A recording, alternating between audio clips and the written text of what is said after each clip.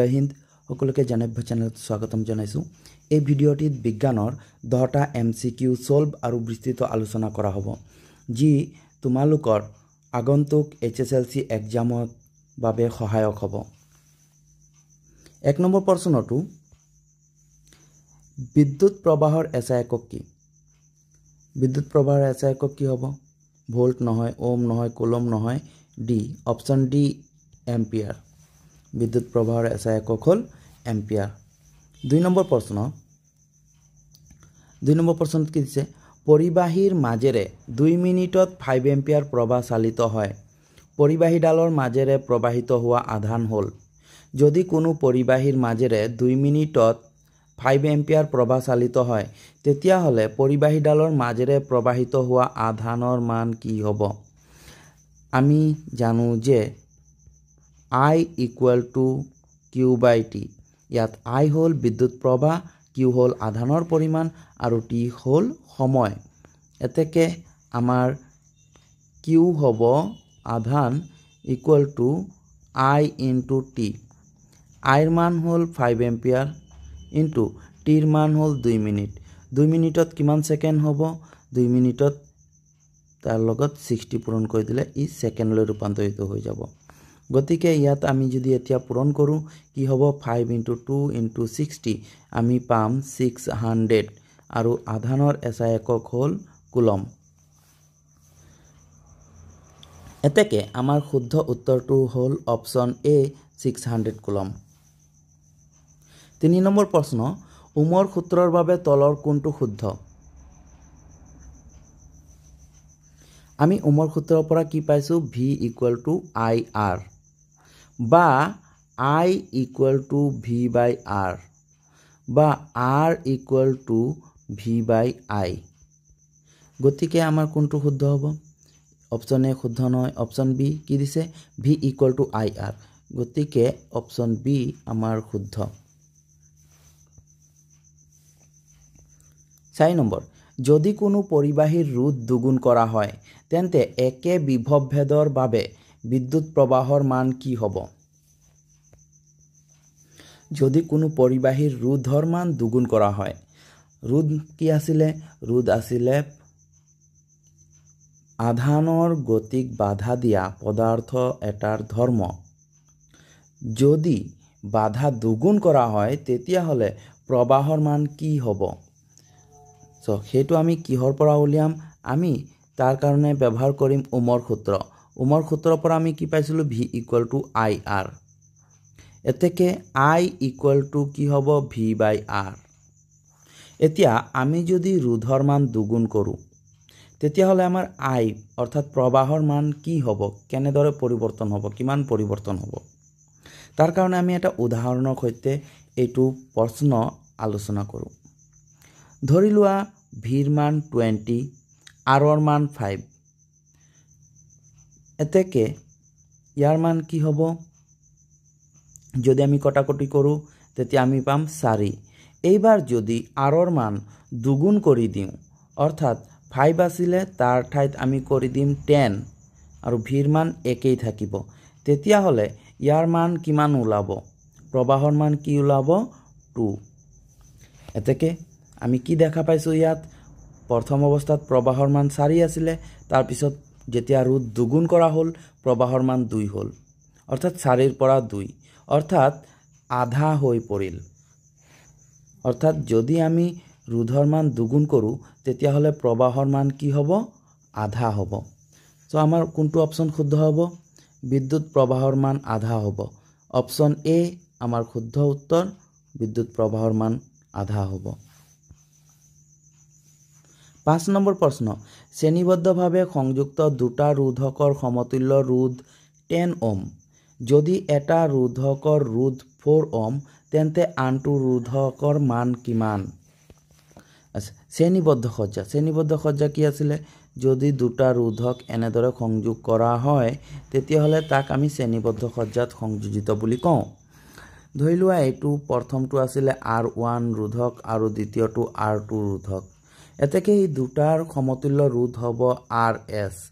RS equal to কি হ'ব? আমি পাইছোঁ R1 plus R2। এতেকে আমাক आर एसर मान दिया আছে সমতুল্য ৰোধ 10 R1 ৰ মান দিয়া আছে 4 ওহম R2 ৰ মান উলিয়াব লাগে এতেকে R2 আমাৰ কি হ'ব RS minus R1 RS ৰ মান কিমান 10 10 minus R1 ৰ মান কিমান 4 10 minus 4 আমাৰ কিমান হ'ব 6 ওহম গতিকে আমাৰ শুদ্ধ উত্তৰটো হ'ব অপচন A 6 ওহম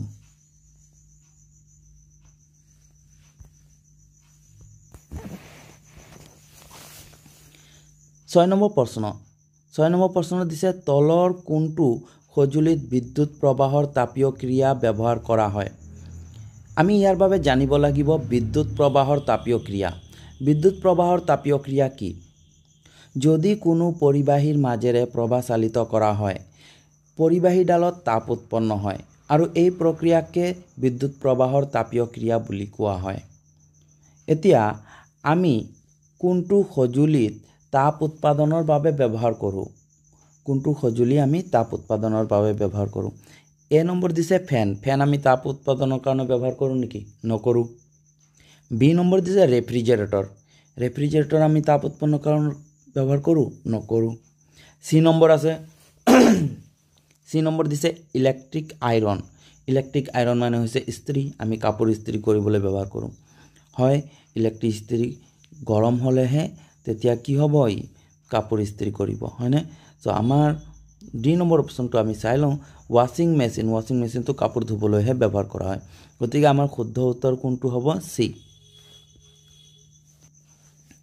7 নম্বৰ প্ৰশ্ন 220 ভোল্টত 100 ওয়াটৰ বাল্ব দৈনিক 5 ঘণ্টা ব্যৱহাৰ কৰা হয় এদিনত মুঠ শক্তি কিমান খৰচ হ'ব যদি 220 ভোল্টত 100 ওয়াটৰ বাল্ব এটা 5 ঘণ্টাকৈ জ্বলোৱা হয় তেতিয়াহলে এদিনত কিমান শক্তি খৰচ হ'ব আমি কি জানো শক্তি খৰচ সমান E equal to P into T P হল ক্ষমতা বৈদ্যুতিক বাল্বৰ ক্ষমতা ইয়াত ক্ষমতা দিয়া আছে 100 ওয়াট P 100 ওয়াট আৰু T হল সময় ইয়াত সময় দিয়া আছে 5 ঘণ্টা সো P ৰ মান কিমান 100 ওয়াট 100 লিখিলো 5 ঘণ্টা জ্বলাব লাগিব গতিকে ইয়াত 5 এতিয়া পূৰণ কৰিলে আমি কিমান পাম 500 ওয়াট আৱাৰ হ'ব আচ্ছা এতিয়া আমাৰ অপচন কোনটো শুদ্ধ হ'ব চোৱা ইয়াত 600 watt hour 200 kilowatt hour 1 kilowatt hour 0.5 kilowatt hour so আমি এটুক আমি কিলোৱাট আৱাৰ লৈ পৰিৱৰ্তন কৰি চাওঁ কোনটো অপচন ওলাব আমাৰ ইয়াত যদি কিলোৱাট অপচন লৈ পৰিৱৰ্তন কৰিব লগিয়া হয় কিলোৱাট আৱাৰ লৈ তেতিয়াহলে আমি কি কৰিব লাগিব আমি 1000 ৰ হৰণ কৰিব লাগিব হৰণ কৰিলে আমি কি পাম 0.5 কিলোৱাট আৱাৰ সো আমাৰ এটো উত্তৰ ওলাইছে তেতিয়াহলে আমাৰ শুদ্ধ উত্তৰ কোনটো হ'ব option D 0.5 kilowatt hour 8 number প্ৰশ্ন 6 ওহমৰ তিনিটা ৰোধক সমান্তৰালভাৱে সংযোগ কৰিলে সমতুল্য ৰোধ কিমান হ'ব 6 ওহমৰ তিনিটা ৰোধক সমান্তৰালভাৱে সংযোগ কৰিলে সমতুল্য ৰোধ কিমান হ'ব সো সমান্তৰালভাৱে মানে কেনেদৰে সংযোগ কৰিব লাগিব এনেদৰে সংযোগ কৰিব লাগিব সমান্তৰালভাৱে থাকিব লাগিব যদি 6 ওহমৰ তিনিটা বাল্ব এনেদৰে সংযোগ অৰ্থাৎ সমান্তৰালভাৱে সংযোগ কৰা হয় তেতিয়াহলে সমতুল্য ৰোধৰ মান কি হ'ব সমতুল্য ৰোধ হ'ব RP এতেকে আমি পাই আহিছো যে 1/RP = 1/6 + 1/6 + 1/6 তোমালোক মনত ৰাখিবা 1/RP = কি আছিল 1/RP = 1/R1 + 1/R2 + 1/R3 এনেদৰে আছিল নাই গতিকে সোয়া ইয়াত এই চিত্ৰটিত কি আছে প্ৰতিটো ৰোধকৰ ৰোধৰ মান কিমান 6 ওহম গতিকে 1/6 + 1/6 + 1/6 = কি হ'ব = হ'ব কেইটা 1/6 আছে তিনিটা আছে 3 * 1/6 এতিয়া 3 ৰে 6 কাটিব পাৰি 3 × 3 3 × 2 6 গতিকে ইয়াত আমি কি পালো 1/2 পালো এতেকে RP ৰ মান কি হ'ব এতেকে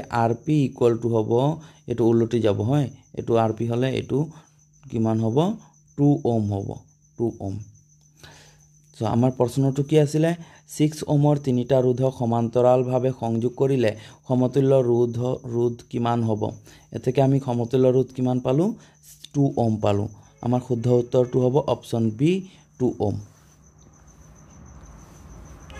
9 নম্বৰ প্ৰশ্নটো তলৰ কোনটো পদাৰ্থ বিদ্যুতৰ ভাল পৰিবাহী অৰ্থাৎ বিদ্যুৎ সহজে পৰিবহন হ'ব পাৰে তাৰ মাজেৰে ৰবৰ এই অপচন এ দিছে আমাৰ ৰবৰ নহয় কাঠৰ নহয় তাম আছে কাঁচ বিদ্যুতৰ ভাল পৰিবাহী নেকি নহয় গতিকে আমাৰ শুদ্ধ উত্তৰটো হ'ব অপচন সি তাম